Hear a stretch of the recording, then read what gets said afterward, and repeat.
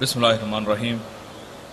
معزز ناظرین اکرام، مکتب توحید الجالیات ریاض الخبرہ آپ کی خدمت میں پیش کرتے ہیں درس بعنوان 3 طلاق اور حلالہ کی چھری۔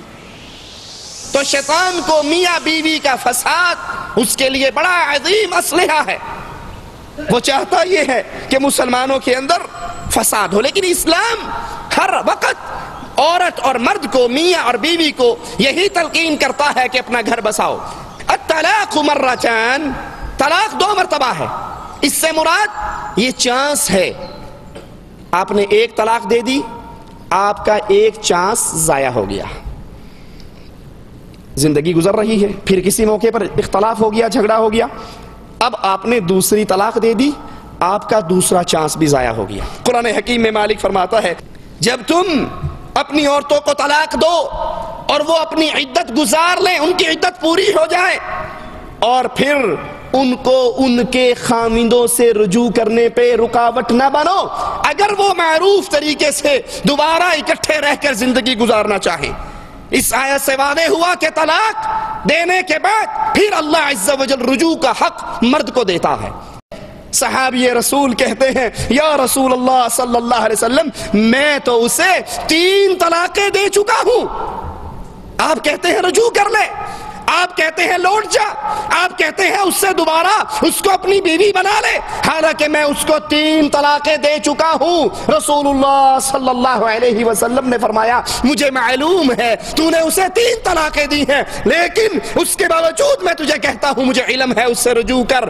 ایک مجلس میں دی ہوئی 3 طلاقیں رسول اللہ صلی اللہ علیہ وسلم اس کو 1 کاؤنٹ کر رہے ہیں، اور یہ روایت ابو داؤد میں موجود ہے۔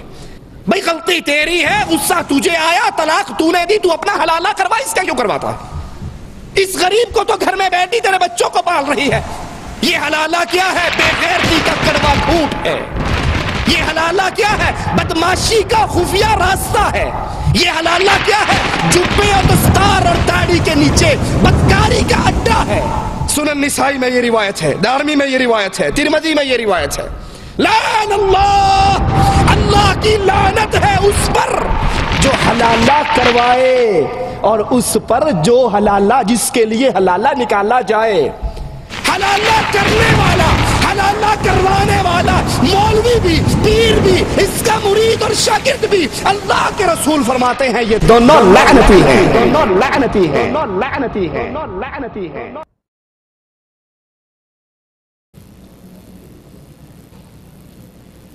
بسم اللہ الرحمن الرحیم۔ الحمدللہ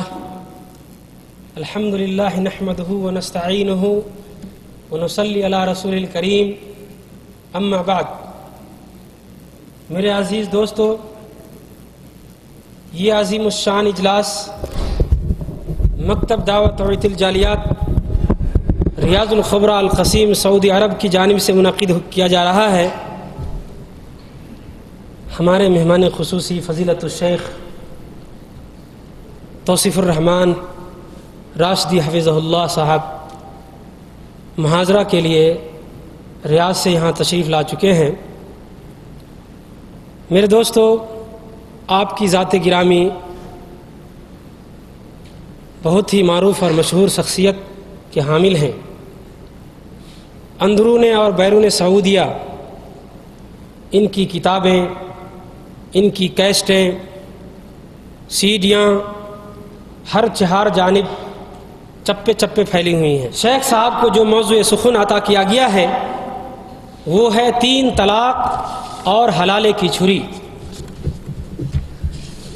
مقصد یہ ہے میرے دوستو کہ قرآن اور صحیح احادیث کی روشنی میں دینی معلومات اخذ کر کے ہم تمام وافدین مملکت سعودی عربیہ کو چشمہ ہدایت مہیا کیا جائے، اور کفر و شرکیات، بدعات و خرافات، ساتھ ساتھ جتنے بھی باطل یا بے بنیاد مسائل ہیں انہیں جڑ سے اکھاڑ پھینکا جائے۔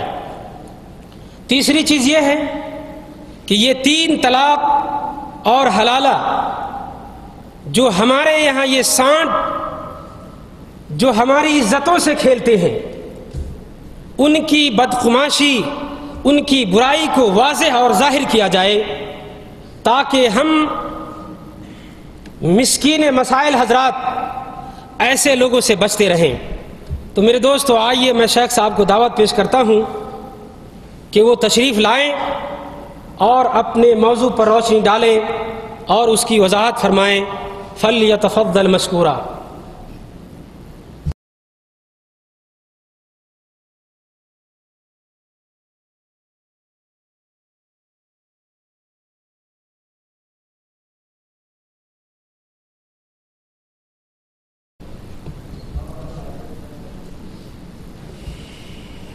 إن الحمد لله نحمده ونستعينه ونستغفره ونعوذ بالله من شرور أنفسنا ومن سيئات أعمالنا من يهده الله فلا مضل له ومن يضلل فلا هادي له أشهد أن لا إله إلا الله وحده لا شريك له وأشهد أن محمدا عبده ورسوله أما بعد أعوذ بالله السميع العليم من الشيطان الرجيم من همزه ونفخه ونفثه بسم الله الرحمن الرحيم الطلاق مرتان فإمساك بمعروف أو تسريح بإحسان۔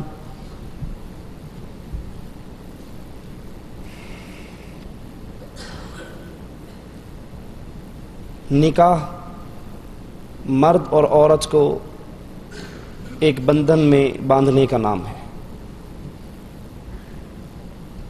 یہ ایک تعلق ہے جس سے انسان کی نسل آگے چلتی ہے۔